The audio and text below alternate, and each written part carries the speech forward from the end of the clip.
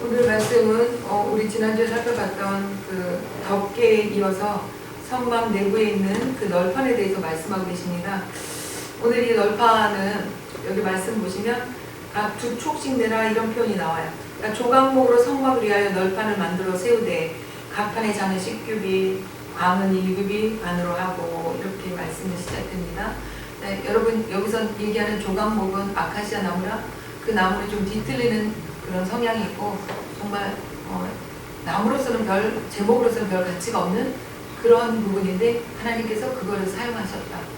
그러니까 우리는 이 조각목 속에서 삐뚤어진 자아를 갖고 있는 나, 온전치 못한 모습을 갖고 있는 나, 이런 것을 우리가 발견할 수 있어요. 그래서 그런 조각목을 하나님께서 사용하시니까 성막을 만들어 내시더라고요. 그런데 그 조각목을 어떻게 했죠? 조각목을 깎았습니다. 어떻게? 하나님이 만들어 놓은 치수대로. 그러니까 우리가 임의대로 만드는 것이 아니라 하나님이 오늘 마지막 말씀 30절에 보면 너는 산에서 보인 식양대로 성막을 세울지니라 이렇게 말씀하세요. 그러니까 있는 모습 그대로는 사용할 수가 없다는 거예요. 여러분과 제가 마찬가지예요. 우리 있는 모습 그대로는 하나님 앞에 쓰임받을 수 있는 제목이 안 된다는 거예요. 이렇게 깎이고 저렇게 깎이고 또 부족한 것은 채우고 이렇게 되어져야 된다. 오늘 조각목을 가지고 널판을 만드는데 이 널판은 어떤 역할을 해요? 지난주에 봤던 그 성막 덮개 있죠? 덮개 그 지렛대 역할을 할 수 있는 그런 기둥 역할을 할 수 있는 그런 조각목이 세워지는 거예요. 근데 오늘 여기 보면 구격도 나오죠. 10규빗. 한 규빗은 보통 사람이 여기서부터 여기까지라고 했어요. 그럼 이건 50에서 60cm 정도 되는데 여기서 50으로 잡는다고 하면 얼마가 나오겠어요? 열이면 500이 되겠죠. 이렇게 장을 이렇게 되고 폭은 1규빗 반, 그럼 50의 반이니까 75 정도 되겠죠. 이렇게 만들어서 그 만든 것 위에 그냥 그대로 쓰지 않습니다. 거기에 또 금을 입혀요. 금을 입혀서 그러니까 조각목으로 하면 우리가 들어와서 봤을 때 컴컴할 거 아니에요. 나무 색깔이니까. 그런데 그것을 다 금으로 싸서 성막 안에 들어가면 불빛에 연이어서 비쳐서 굉장히 환하게 그 옆에가 다 이렇게 보일 수 있죠. 그런데 자 여기 이 기둥에 금으로 싼 이유가 뭐라고 했죠? 우리의 그 연약한 모습들을 하나님이 신성으로 채워지는 거예요. 그런데 그 금으로 싼 이유 중에 또 하나는 뭐가 있냐면 이 나무의 특징이 뭐예요? 나무를 오래 쓰면 좋은 나무는 그대로 있어요. 그러나 연약한 나무들은 갈라지고 벌레가 먹고 뒤틀리고 그래요.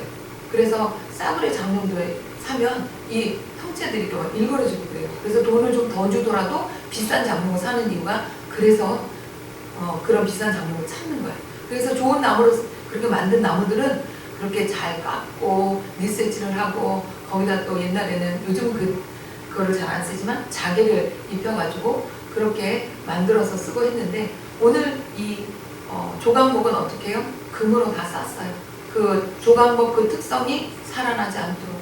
그래서 그것을 이렇게 만들어서 그것들을 갖다가 18절 보시면 너는 성막을 위하여 날판을 만들되 남편을 위하여 남편 수문을 만들고 수문 널판 아래 은받침 마문을 만들지니 이 널판 아래도 그 두 쪽을 위하여 두 받침 만들고 저 널판 아래도 그 두 쪽을 위하여 두 받침을 만들지니 이렇게 표현하고 있어요. 이게 무슨 얘기냐면 이 그러니까 성경 말씀 그대로 보면 좀 솔직히 이해가 좀 하기가 힘든데 이게 조각목이라고 여러분 생각해 보시면 조각목이라고 생각하시면 이 조각목 이 자체로 이렇게 세워놓으면 이게 가만히 있을까요? 넘어질까요? 넘어지겠죠? 이렇게 넘어질 수 있는 조각목 안에 촉을 만들래요. 촉을 2개를 만들래요. 촉이 뭐냐? 이렇게 콕 같은 걸 만들라는 거예요. 2개를. 콕 같은 거를 2개를 여기다 이렇게 만드는데 자, 여러분 보시면 이렇게 콕 같은 게 2개 나왔죠. 이렇게.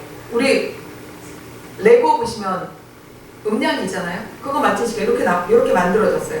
그럼 이게 이대로 그냥 땅속에 박냐? 아니에요. 여기는 어떻게 하냐면 요 밑에다가 은으로 요게 들어갈 수 있는 홈을 만들어내는 거예요. 은으로. 그런데 이게 2개가 나왔으니까 이 밑에는 몇 개가 될까요? 널빤지는 하나지만 여기는 2개가 되는 거예요. 그러니까 오늘 다시 말씀을 읽어보면 18절 보세요. 너는 성막을 위하여 널판을 만들되 남편을 위하여 널판 수문을 만들고 수문 널판 아래 은받침 마흔을 만들지니 이 널판 아래도 그 두 촉을 위하여 두 받침을 만들고 저 널판 아래도 그 두 촉을 위하여 두 받침을 만들지니 이렇게 말씀하고 있어요. 그리고 똑같이 북편도 똑같이 그렇게 하라고 그래요. 21편에도 보면 은받침 마흔은 이 널판 아래도 두 받침, 저 널판 아래도 두 받침으로 만들어라 이렇게 얘기를 하고 있어요. 그러니까 여기서 지금 조각목이 있는데 그 조각목을 그대로 있으면 뒤틀리고 자기 역할을 제대로 해내지 못하니 그것을 어떻게 금으로 다 싸서 만든 데다가 금 밑에는 뭘 만들어요? 촉을 두 개 만들래요. 촉을 두 개 만들고 그 밑에는 또 은받침을 만들라는 거예요. 그래서 이게 은받침이라고 하면 여기에 이렇게 딱 꽂히는 거예요. 그런데 여기에 지금 개수는 남쪽에 20, 북쪽에 20이에요. 그리고 앞쪽에 8개를 세우라고 얘기해요. 우리는 어디서 들어가? 동쪽에서 들어갑니다. 동쪽에서 어디를 향해서? 서쪽을 향해서 이렇게 들어가는데 남쪽에 20, 북쪽에 20, 이쪽 지성소 안에 여기 성소 안에 여기 뭐가 8개 이렇게 들어가요. 그러니까 개수는 몇 개예요, 여러분? 전부 다 합한 개수가 몇 개죠? 남쪽 20, 북쪽 20, 서쪽 8개. 몇 개예요?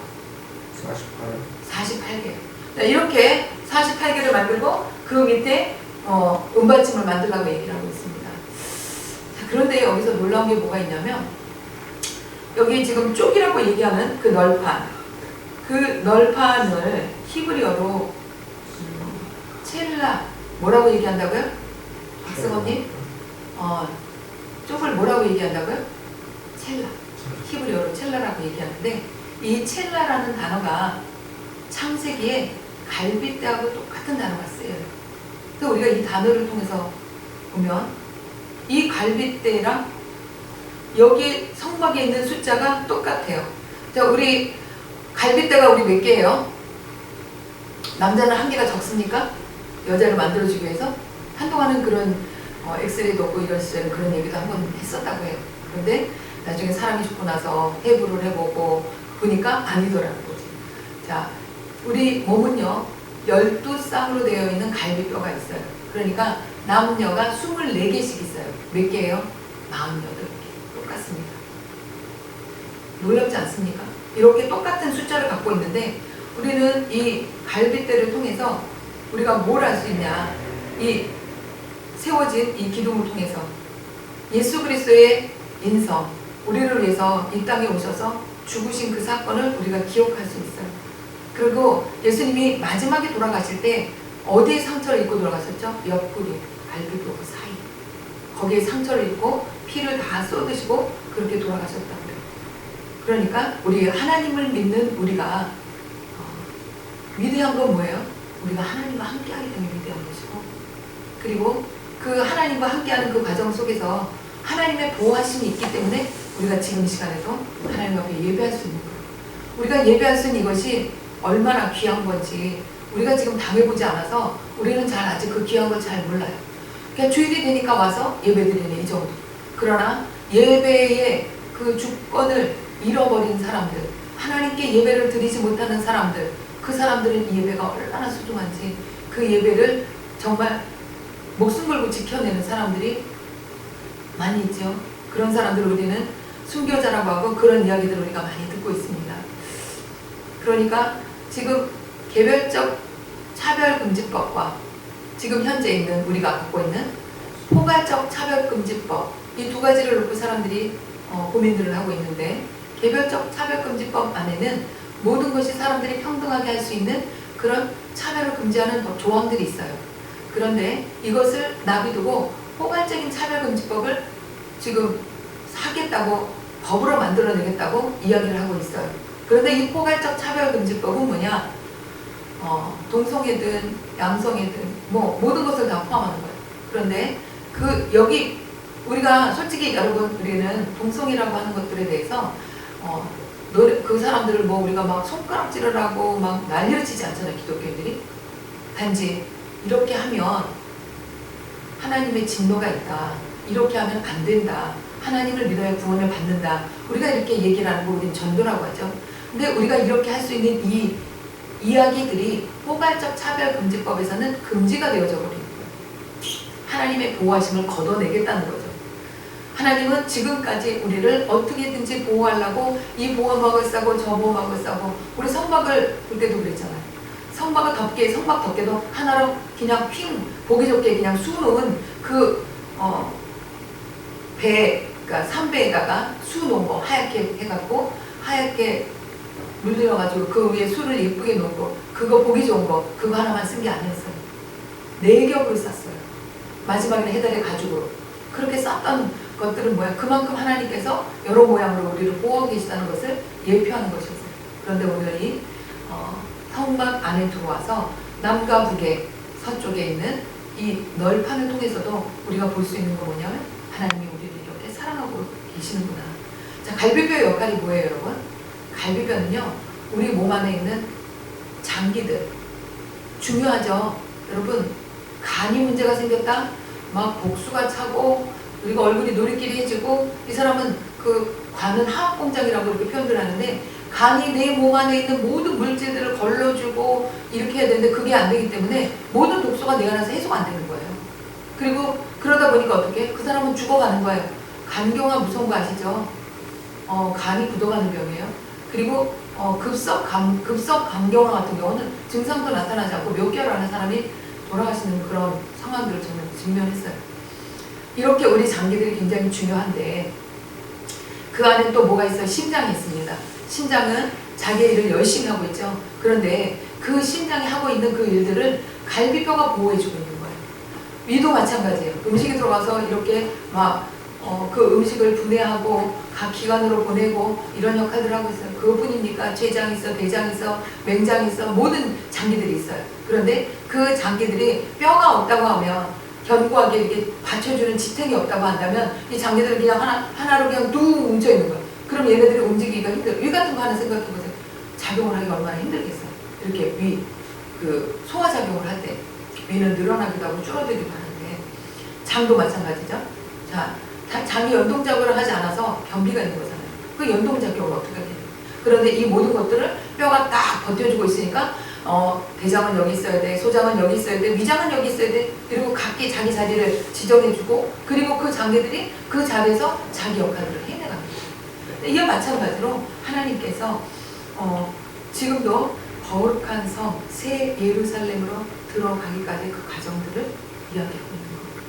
자, 성막이 어떻게 된다 그랬어요? 우리가 지난번에도 말씀 같이 나눴었는데 에덴에서 동쪽으로 쫓겨났죠.